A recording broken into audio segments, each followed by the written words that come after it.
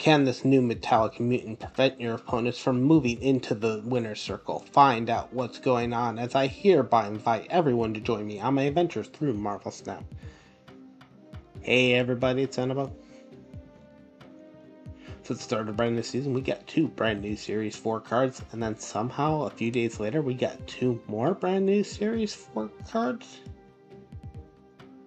With that being said, it's going to take me a little bit of time to go through each and every one of them, but I'll still do so in case you want to know who they are and what they do. The first one we're going to be talking about today is going to be Mercury. Mercury had a completely normal life and was a beloved only child. Before her powers manifested, she was even a popular high school cheerleader. When her powers did manifest at the age of 16, her body began to transmute from tissue to metal and she was turned into a puddle on the floor. She and her parents were horrified by this mutant condition, and she did not know what to do with this change. While her parents did not reject her outright, they did ship her off to the Xavier Institute, hoping that the neighbors would never know about this mutant daughter.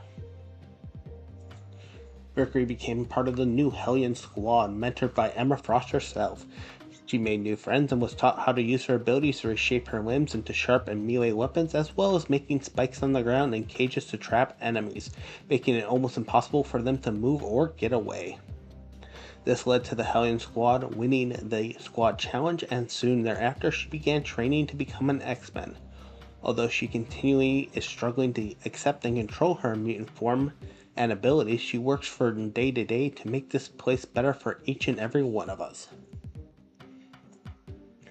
Mercury has a unique physiology and is no longer considered a carbon-based life form, and therefore she no longer requires food, water, or oxygen to survive the same way that a normal human would.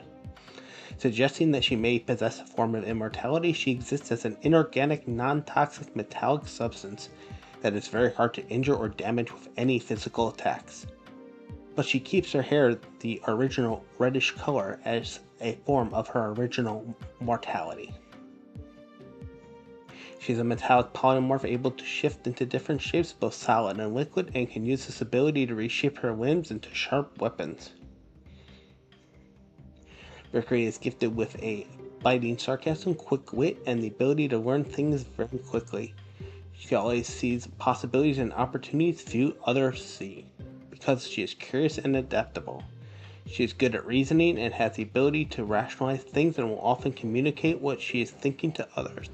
This does, however, keep her from some very offbeat ideas that she comes across. She is filled with a nervous and anxious form of energy that prompts her to move from one thing to the next in order to get any answer, and this can make her indecisive and unpredictable at times. Mercury is made of metal, and her skin, bones, and muscles were transformed to make them stronger and harder than any humans. This gives her the ability to cling to solid surface and move her body at will. And when her body is attacked, she can simply reassemble herself. Due to her unique, unstable body, she is very hard to telepathically or magically detect, influence, or harm.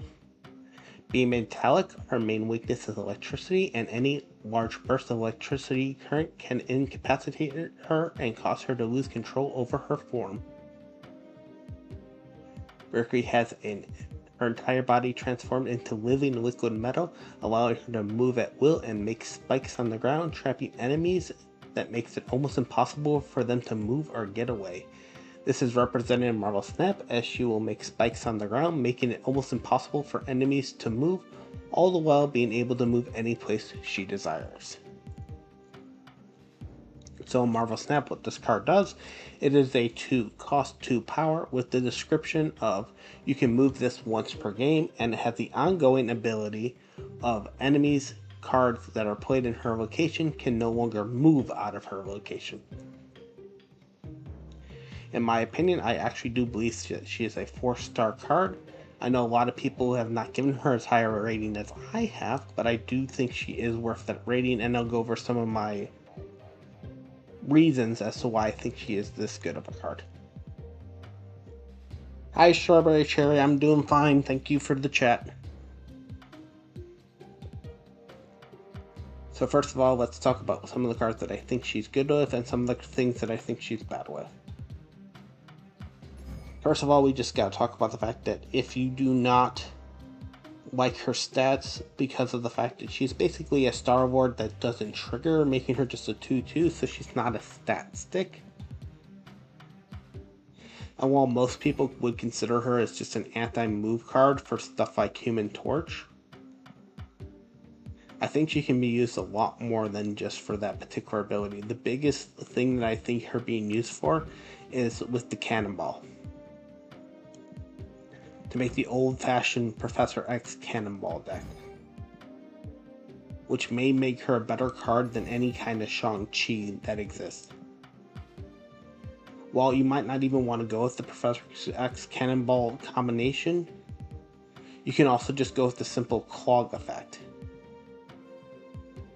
By using stuff like Polaris, you can move stuff into that location and basically use her as a weird form of Doc Ock. Also do remember that it has the same coding as Rocket and Groot has. So you can actually wait till the final turn, see where they're going, and then move the Rocket and Groot version of her to a different location that you need her to be in, and either stop that from moving if that's what your concern is, or use the Cannonball to do the destructive ability. Or sometimes she's just good to go into a Death's Domain, or Sanctum Sanctorum, or any location where you can normally get into. I also do see her having some sort of ability with Galactus, as you can kind of do this trick little play where you have her in a lane, play nothing else, have your opponent really try to fight out that lane, and then just move her out of that lane and play down Galactus. Since nobody thought that you would play Galactus in that lane, since it already had a card in it, it's kind of a neat little move ability that you can do with her. Also, it really does stop the Heimdall. If you want to stop the Heimdall and you know that your opponent's playing the Heimdall version of anything, play her in the middle. She basically kills most move decks in any way, shape, or form by just playing her straight in the middle. Do be cautious, as cards like X-23 and Wolverine are not considered move cards. Even though they move in the game, they are resurrected, not moved there. So she will be able to do absolutely nothing against both of these cards.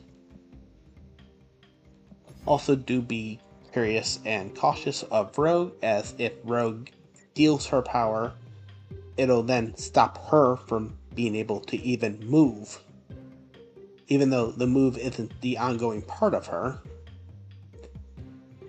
because the Rogue will then gain the ongoing ability of your enemies can't move. So all in all, I do think this is kind of a better card than a lot of people are giving it credit for, and might see a little bit of play either as anti-move tech, or just pro-clog tech, or just interesting move deck and location control deck. There might be enough cards to actually make a deck at this point where every single card in your deck could move by itself, making that last turn basically orange and piano.